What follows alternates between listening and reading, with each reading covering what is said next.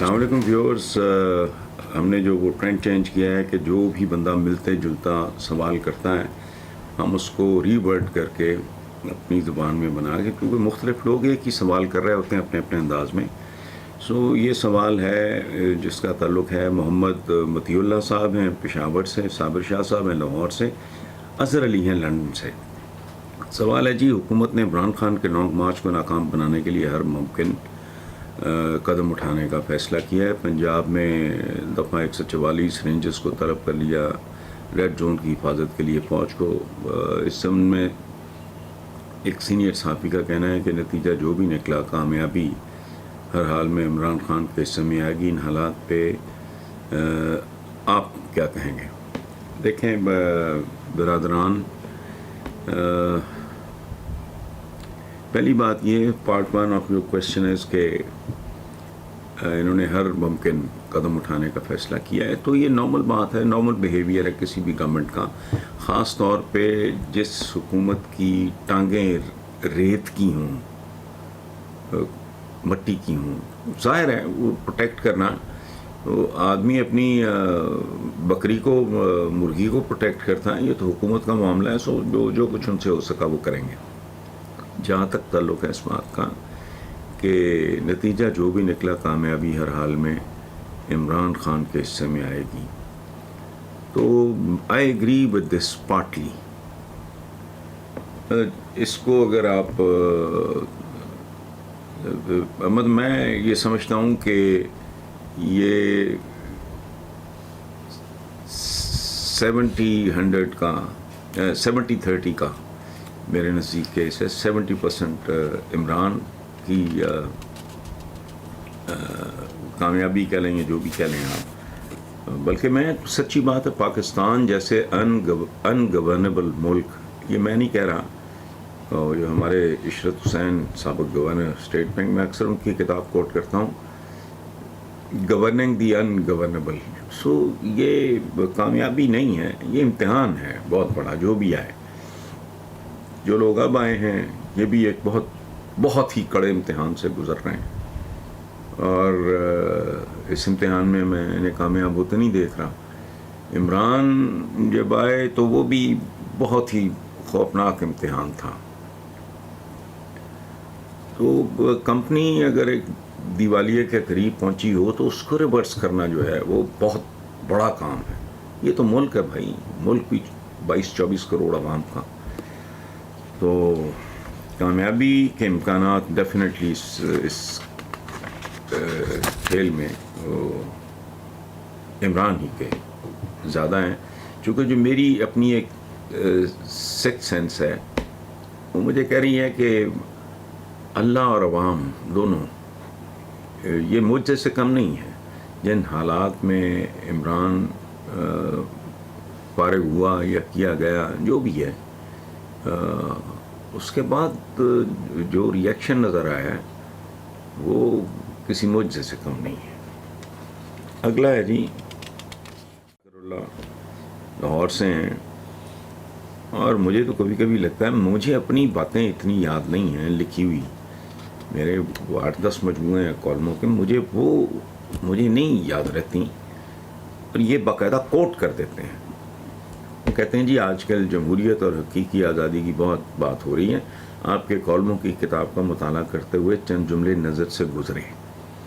آگے وہ بریکٹس میں لکھتے ہیں یہودیوں کے حوالے سے کہ ان کے سیانے بابے بزرگ برف کی سلوں پر سر جوڑ کر بیٹھ گئے کہ ہم اس گلی میں اکیلے ہیں اور سائے بہت. پھر انہوں نے ایک حکمت عملی مرتب کی. یہ بالکل درست ہے تاریخی طور.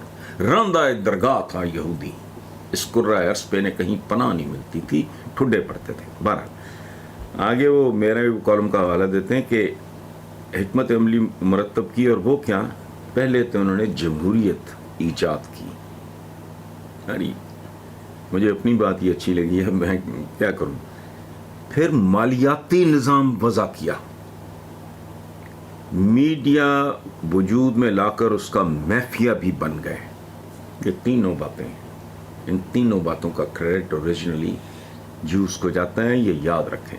خود بل ڈاگ بنے بغیر ہر بل ڈاگ کو انہوں نے اپنے کھونٹے سے باندھ لیا، جس پہ جب جی چاہتا ہے کھلا چھوڑ دیتے ہیں۔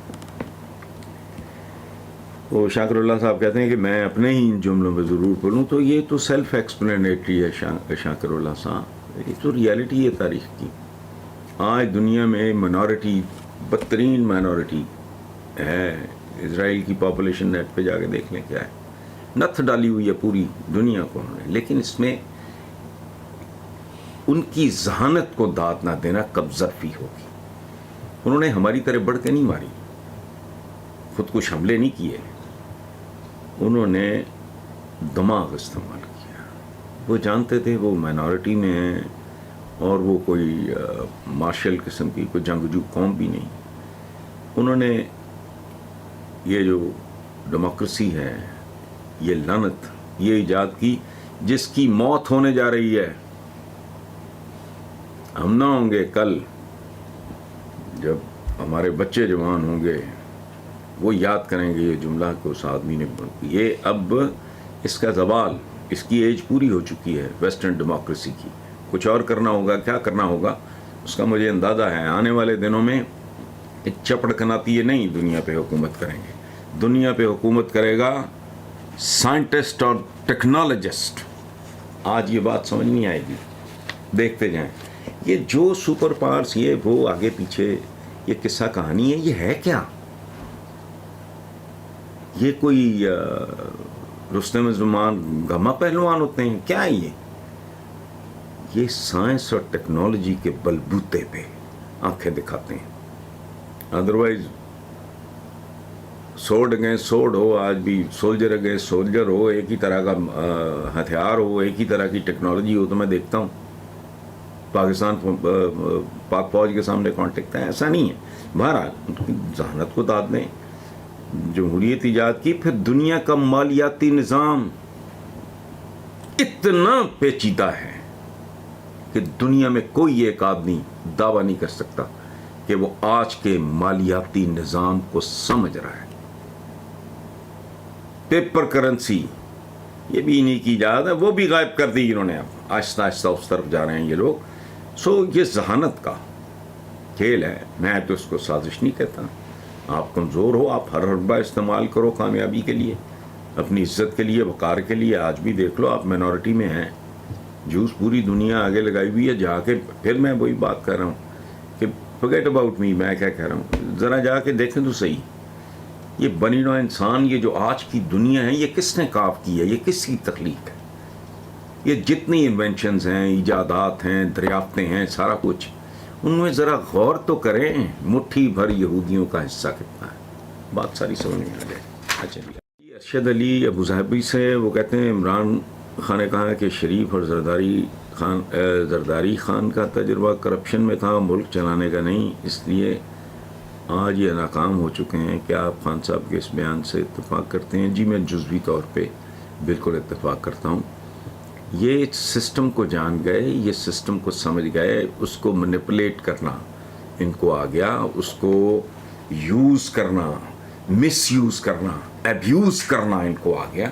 باقی کرپشن تو ظاہر ہے اس کام کا حصہ ہے، سیاست میں کرنے کے آتے ہیں اور ہمارے ٹائپ کے ملک میں لوگ۔ یہ سوال ہے جی احمد حسن ہے لندن یو کے سے، وہ کہتے ہیں قیام پاکستان کے بعد 73 سال بیت گئے، اتنے وقت میں تو پاکستان کہاں سے کہاں پہنچ سکتا تھا؟ آپ کے خیال میں کب وہ غلط قدم اٹھایا گیا کہ اس ملک نے ترقی کی طرف چلنے کی بجائے پسماندگی کی طرف دوڑنا شروع کر دیا؟ یہ ڈے 1 سے ہوا جی۔ میرا تو اپنا ایک ذاتی رائے اور اب سے نہیں، بڑی دیر سے ہے، اور وہ رائے یہ ہے کہ اس ملک کی بنیادوں میں ہی کرپشن آ گئی۔ آپ پوچھیں کیسی کرپشن؟ اس ملک کی بنیادوں میں، جڑوں میں 2 چیزیں ہیں، جعلی ذاتیں اور جعلی کلیم۔ اس پہ کتابیں موجود ہیں۔ روبینہ علی اسلام آباد، سیف خان کوالالمپور، حاجی ممتاز احمد جدہ، خرم علی سرگودا، احمد خان جوہر آباد، عزیز اللہ میاں والی، سلیم خان پشاور۔ آپ کی ویڈیوز میں عمران خان کی حمایت بھی نظر آتی ہے، لیکن کبھی کبھی آپ ان پہ تنقید بھی کرتے ہیں۔ سوال یہ ہے کہ آپ عمران خان کی موجودہ پالیسیوں سے اتفاق کرتے ہیں؟ کیا یہ بہتر نہ ہوگا کہ عمران خان آرام سے اگلے الیکشن کی تیاری کریں؟ دیکھیں بھائی، ایک سیدھی سی بات ہے، یہ جاہلوں کا کام ہے، میں 20 بار یہ بات کر چکا ہوں، لیکن پتہ نہیں ہماری تربیت اس طرح کی ہوتی ہے، ہمیں بات سمجھ نہیں آتی. دنیا میں کوئی شخص ایسا نہیں ہوتا جس کی آپ ہر بات سے اتفاق کریں سوائے ہمارے حضور کے. یہ سیدھی بات ہے. بندہ باپ کے معاملے میں بھی دیکھتا ہے کہ یار مثلاً I have inherited smoking from my father. وہ ایک چین اسموکر تھے. میں کیا کروں گا، اس کی بھی تعریف کروں؟